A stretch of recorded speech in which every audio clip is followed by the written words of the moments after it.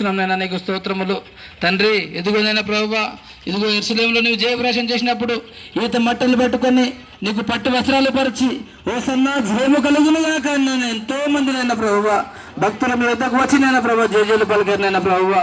ఇవి నీ వద్దకు వచ్చేవారు నైనా ప్రభువా, నీ నీడ పడినానైనా ప్రభు తండ్రి. అయ్యా మరణపు అంచుల్లో ఉన్నవారు లేచి నిలబెట్టారు నైనా ప్రభువా.